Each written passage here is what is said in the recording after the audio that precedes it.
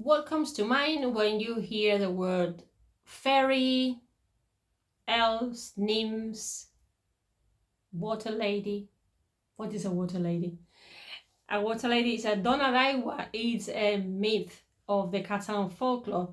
So what does that tell us? What do you think about Tinkerbell? What comes to mind? The reality is that these are all symbols that talk about our unconscious mind. They are universal symbols. They come from the Grey Mother, which is this archetype in Jungian terms that has positive and negative qualities, as we will see in a moment when we go into the video. And it tells us all about our evolution as cultures, as peoples, how certain elements are common in worldwide, and it tells us about our evolution, as I was saying before. And what is more interesting for me is to analyze our unconscious, collective unconsciousness and unconscious, just to see how we are connected with ourselves, how much are we connected with ourselves, but also with others in this framework. Okay, so today, if you are interested in fairies, if you would like to know more about the Dona d'Agua, this water lady, how all these myths are represented in general worldwide, but also in the Catalan folklore, which is probably less known to you, and you want to know how all this is connected to the Gothic and Jungian psychology, this video, my friend, is for you. Oh yes, and we're gonna do this, through this book, El Món Màgic de les Fades, written by Ramona Violant y Ribera, and through which we're going to analyze the collective unconscious through the archetype of the Great Mother and the symbols that are represented by the fairies.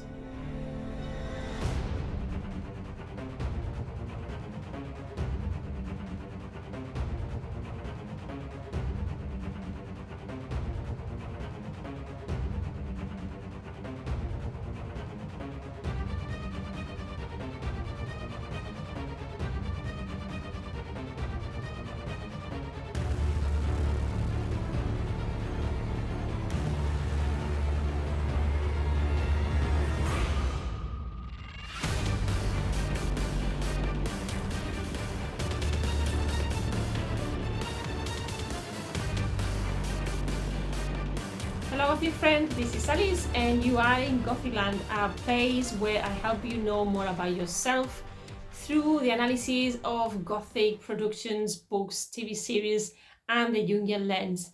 This is episode number 4, where we're going to talk about the magical world of the fairies through this book written by Ramona Violant y Ribera, to analyze our unconscious mind, the collective unconscious mind, through the archetype of the Grey Mother, and to see how that is represented when we're talking about fairies, water ladies, yes, nymphs, water nymphs, and all these mythology, all these little entities that we see in our folklore. Now, something I want to say about this is that probably a lot of the myths and a lot of the characters that we find in our folklore are not so well known by a lot of people. For example, I think when going back to my childhood when I was little, I don't remember ever having been told about where our cultural celebrations came from. You knew about the celebration, you knew about the name of the main items, characters, and what happened and what you celebrated, but you didn't really know exactly where the folklore came from. And I think this hasn't changed so much. Even when I had my language school and even talking to my children, and I asked, in the language school we used to use cultural events like Halloween, Christmas, Easter, San Juan in here in Spain. We used to use those specific cultural times of celebrations, of changes, of equinoxes, celebrations of all these things that I love to talk about so much, and that they didn't really know why we celebrated these things. And year after year, and I had my language school for almost 10 years in a physical place, nobody really knew, even teachers didn't know about the origin of the folklore, which is something quite sad, I think, because in our folklore and European and universal folklore, we find and we learn so much about our unconscious. but we've not been told this way. I think that's the problem. We've not been told this way. So what I want to do today in this video is to take you a little bit by the hand and show you highlights of this magical folklore in the Catalan mythology when it comes down to fairies. And this book is not very big. It's wonderful. I don't think it's translated into English, but maybe you could check in case. I haven't found it in Spanish either. But it's a shame because Ramona, she's been working on fairies for many years. She's been studying them. She's an expert, and it was wonderful to come across this book in the library not long ago, precisely in the summer after I had been doing my Fogo collaboration when I went to this seminar, this congress in León in July. I did it online, and precisely my topic of the congress for my speech was precisely the analysis of the Great Mother, the archetype of the Great Mother, and the symbols of the water ladies in Mercè Rodoreda, Mirar Trencat. If you're new to the channel, this is new information for you, but I have already talked about Mirar Trencat, Broken Mirror by Mercè Rodoreda in another video, in a previous, maybe number 2 of this season.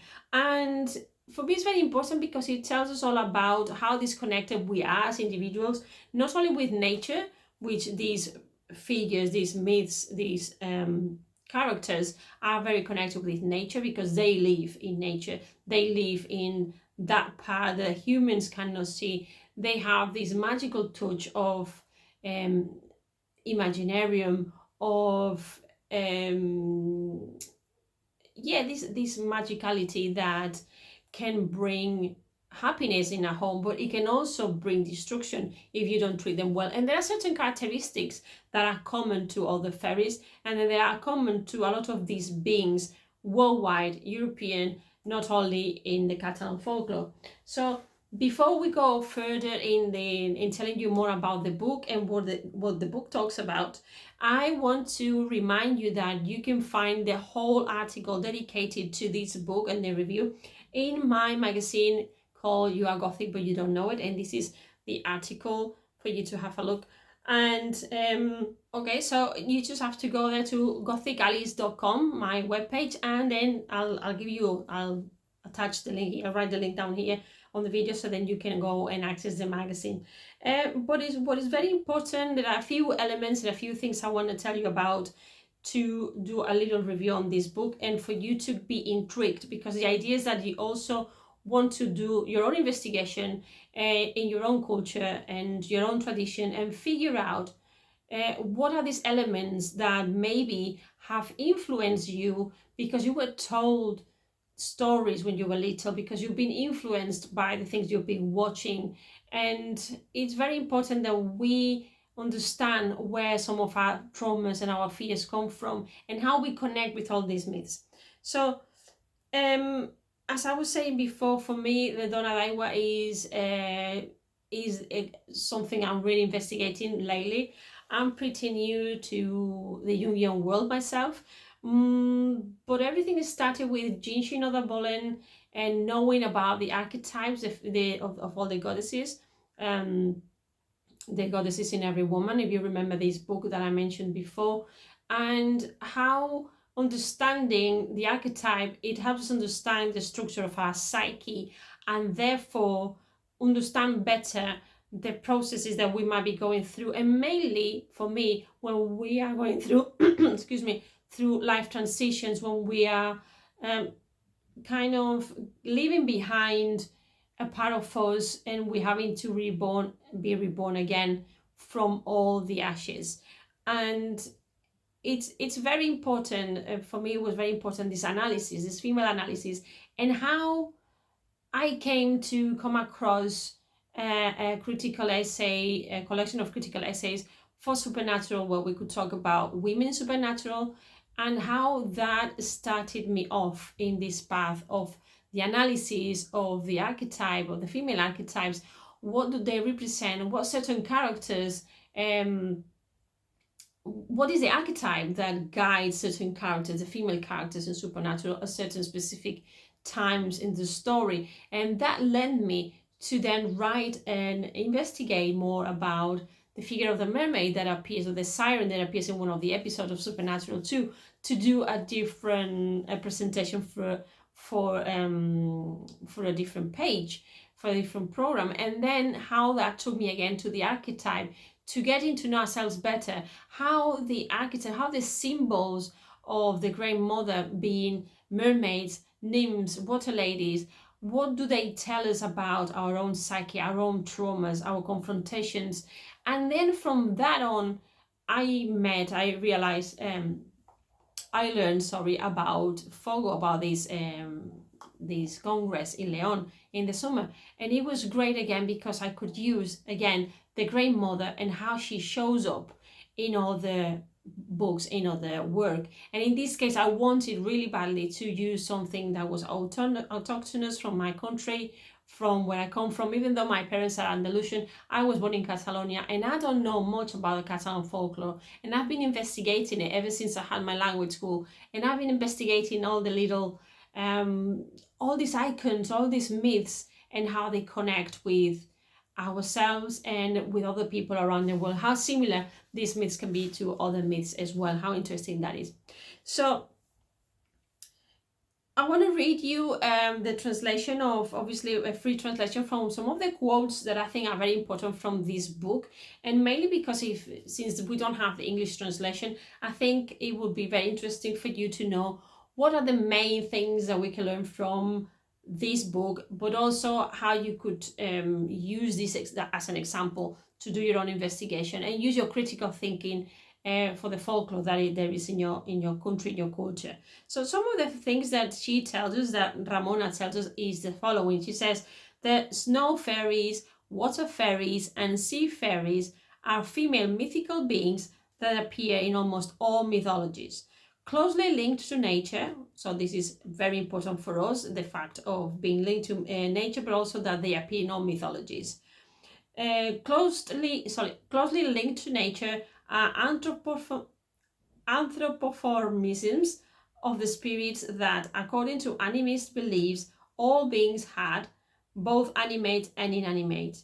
And so basically we are talking in a lot of cases, in a few videos, I've already talked about what happens when nature rebels against us. What happens when nature gets angry? We're talking here about the eco-Gothic, something that is another subcategory of the Gothic, another branch of a study. How nature, after everything we're doing to it, is actually reacting against us. But how, in a way, our actions are mirroring us. What's happening to nature, in a way, we are kind of doing these, we can see our own shadow, talking in Jungian terms again, in our actions in nature, and how that bounces back at us, and it makes us reflect on what we're doing, not only to nature, because when we're doing it to nature, we're doing it to ourselves. So fairies, water ladies, nymphs, they all represent this nature, because they symbolize the Great Mother, the archetype of the Great Mother, but at the same time they look like humans. We can connect with them very well. So what's happened with these myths is that they have survived over the years. They have adapted to the new times, but they are supernatural beings. And Ramona tells us that they're not divine, but they started in legends, in fables, oral tales, reworked 1,000 times over time through the transmission. First it was oral, and then it was written, and the creation of storytelling, and they were modified even by the influence of written literature. So the oral stories became transformed once they were written, and they always showed interest in the forms of traditional literature. This is one of the things she says as well. She also tells us that in European folk artists, they are present in a number of traditions and legends as well. And in this case, she compares the Dona d'Aigua, or the Catalan fairies, with those like French Melusines, the Irish Merows, the German Nixies, the Villa of Eastern Europe, the Basque Lamiak, the Asturian Shanas, the Santander Water Girls of the Donas d'Aigua, as I said before, the Gojas, las Alojas, the enchanted ones, and even something I didn't know about till now, the Catalan smoke women, something that I feel obliged to investigate because I've never heard of them. So this is what I'm telling you. I'm sure that we all think, oh yeah, well, I know about nymphs. Yeah, but do you really know about nymphs? Do you really know about fairies? I think that we don't really know that much.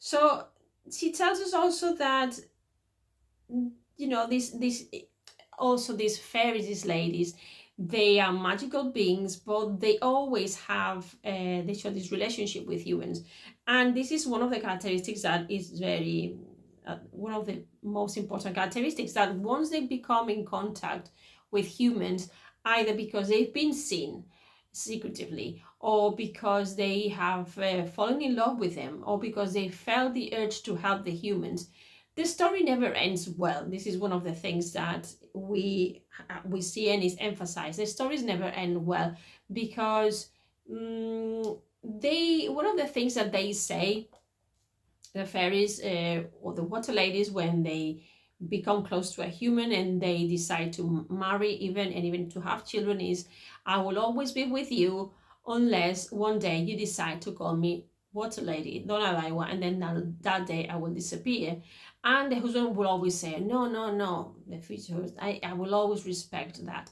But then what happened was that in reality, one day something happened, normally connected to the harvest, and the man wasn't at home and the water lady was in charge, and she made a wrong decision, or what looked like a wrong decision for the man. When he came back, he was really mad at her, and then he said, oh, you water lady, and then she will vanish, and sometimes she will go on her own, sometimes she would take the children with her, and sometimes if the men tried to fool her, to trick her again so she could come back, she will then disappear forever and not even visit the kids again, which is something very interesting, because what does that tell us about us as humans?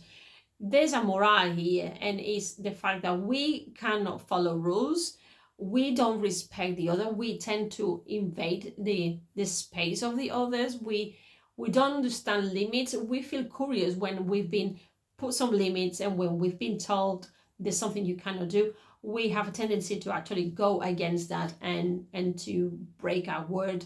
If we are told, like it happens in some of the stories, the water lady says, okay, you're gonna have to follow me, you cannot look back, and the person goes and looks back, and then everything goes away, which is something similar to what happened in the Christian story of the wife of Lot, that she turned around and she became a block of salt. So there's always this morale in the stories, even in pre-Christian stories, that tells us about what happens if we break our word. So what does that tell us about ourselves as human beings? Well, it tells us, as I said before, that we cannot really be trusted because we tend to break our word, and then everything goes bang. And normally, to get through the water lady, one of the characteristics, I mean, some of the characteristics, as I mentioned, was the fact that they could marry humans, and then they had this condition. But also physically, they are very beautiful. They tend to wear really luxurious clothes. They carry mirrors with them. They have trinkets. They are very special. And they also, like the Dona Daiwa, they tend to wash their clothes on the eve of San Juan, which is a Spanish celebration, and that is, for us, is a magical night, because we welcome the summer equinox, and then it's the time where it's that period of time where it's very magical, because we welcome the summer, and we celebrate with fire, with water, so again with natural elements. So the story says, the myth says, that if you see during the San Juan's night, you will see one of the water ladies washing their clothes near the river, and then you can get one of the clothes when they are hanging from the rack, and you can take that. You'll be lucky for forever, for all your life. But what happens if you take that and then you break your word, or if you harm somehow this nymph or this water lady, is that everything you gain gets lost, death occurs. And what do we see here is actually the negative side of the water lady. So then this reminds us of the Grey Mother. That's how they are connected with the archetype of the Grey Mother, because they can be kind, they can even ask for help from humans, mainly when they are about to have a child. That they ask sometimes for help from the humans, but the humans are always scared of their power. They have underground palaces that only those who they choose can be taken to. I mean, there are some of the characteristics that are common to a lot of different folklore and different cultures worldwide. It's very interesting. Ramona tells us, quoting also Alfred Maury, she says that he considers that, and this is very interesting, that in the characterization of European fairies, the mythical concept of the mother goddess has prevailed, and points out likewise that the rest of the specific characteristics respond to the confluence of certain characteristics on the type of fairy typical of nymphs. So this is their relation with nature, the beauty, grace, the fact that they dance, they sing, and then you can see here how the mermaids fit into this category as well. But they can also have this similarity with reapers because of the magic, because of fortune telling, because of knowledgeable of the destiny of men in the future, a future life, and other characteristics that we might consider negative.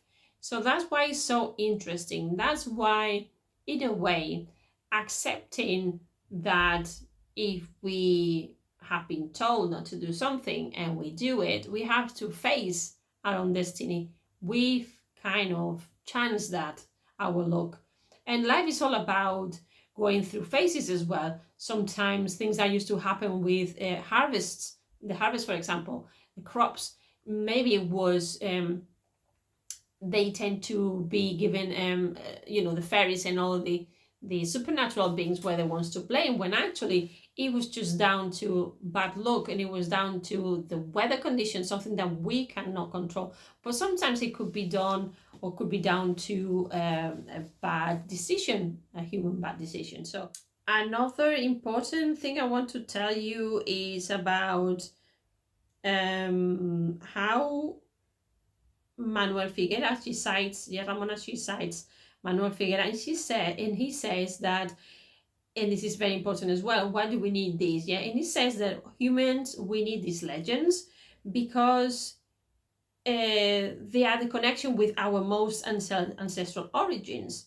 The past is history, but also legend. So she who does not embrace the past has no future. And this is a quote, and this is something that is very important for those people who write about myths, and those who talk about, when we talk about evolution, and when we're talking about transition as well, because to be able to do this transition process, to be able to move on, we need to understand where we come from.